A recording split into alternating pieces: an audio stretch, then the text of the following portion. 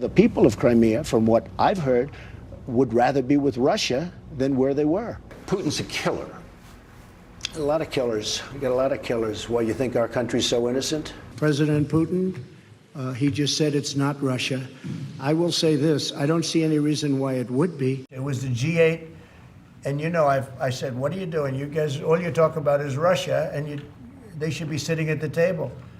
I think Putin would love to be back.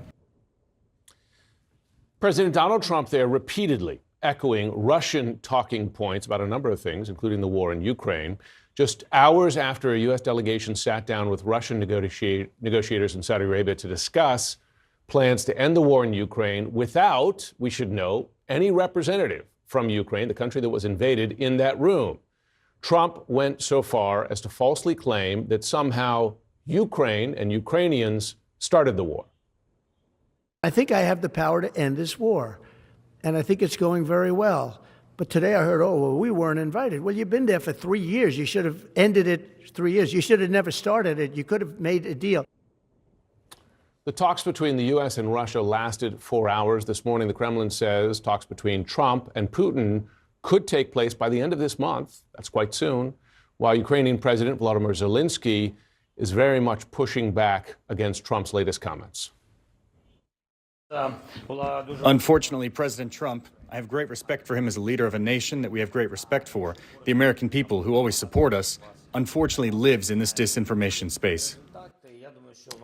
The U.S. president, he says, living in a disinformation space. Trump's inclination towards Russian President Vladimir Putin is drawing bipartisan criticism, Democrats pushing back against Trump's false claims about the war. Now with President Trump saying, well, the Ukrainians shouldn't have started a war, it is shocking to have the leader of the United States of America not know the most fundamental elements of how this crisis came to be. Republican Senator Roger Wicker also rightly called those comments false. Back to the panel now. Kristen, I'm just going to ask you about the politics because you have your finger on this and you test this. Do Republican voters like to see the U.S. president endorse Kremlin talking points? No. So Republicans are not, contrary to, I think, those who are on the other side of the aisle, they don't love Vladimir Putin. They're not supporting Russia in this conflict.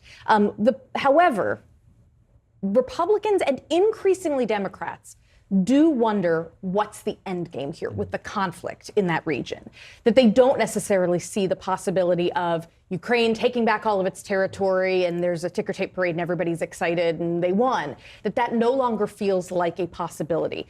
And so there's this tension between, on the one hand, very few, if any, voters say, yes, I hope Russia prevails in this conflict, or yes, I'm sympathetic to Vladimir Putin. On the other hand, does Trump have a little bit of leeway because so many voters say, I don't know where this is going, let's just get us out of this? But that's fundamentally different, because that is true. And for instance, on the NATO thing, I wrote about this in my book, that it was a dirty little secret in Europe and even the States that Ukraine getting membership in NATO was largely off the table, at least in the near term. But it is different to have a U.S. president say Ukraine is responsible for Russia's invasion. And it's not entirely new because this president has never definitively blamed Russia for the invasion. So, I worked in the Clinton administration when Leonid Kuchma, the second democratically elected president of Ukraine, came to the White House. We had a state visit. It was a very big deal. It was important because we were trying to bolster Ukraine. President Clinton went. First Lady Hillary Clinton went. So to now see some 20 years, 30 years, dating myself here, later, you have our president. So we were there to support Ukraine. Now our president is undermining the Ukrainian president and siding with Russia. I mean, I think at a bare minimum, people see that. They may not see the end game. But also, I wonder, do they see that and say, okay, but what about the problems here in our country? What about California? What about Asheville, North Carolina? What about the fact that, grocery prices are still going up and inflation is still high? Why are we spending so much time on that? Why, at some point, that there's going to be that question as well. I mean, there's, I think, a wider issue here about what is Donald Trump's foreign policy? What are we looking at here? Are we looking at a complete change in who our traditional allies are. This is the question that I keep on asking myself. Who are America's allies now? When you are praising Vladimir Putin and you are offending Canada, the European Union, Denmark Panama, over Greenland.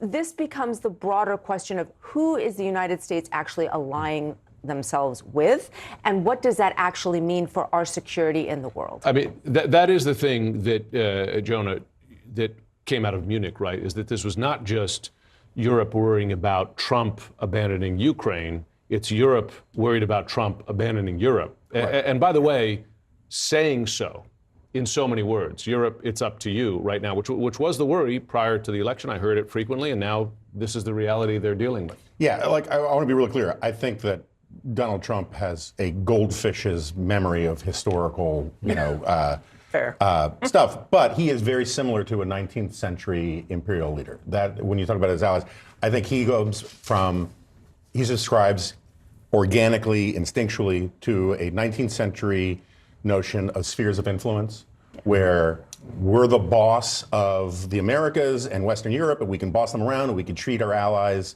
as really like underlings, because this is our zone. Putin has his zone. He's another strongman. Xi has his zone. And that's one of the things that helps explain why Trump likes to talk, why he heaps praise on dictators and adversaries while heaping scorn on friends, is that he thinks our friends are actually subordinates, right? He thinks NATO is basically a protection racket or a country club, and they're not paying enough dues to him. They're not kicking up to the boss enough. But he sees Xi and Putin as basically rival crime families, and they deserve respect because they are equal strongmen. And perhaps a recognition of their own spheres of influence, and the U.S. then ceding them, which would be... They get Taiwan, they get Ukraine, we get Panama. It would be a dramatic upset of what had been bipartisan U.S. policy and approach to the world for 80 years, right? Going back to World War II.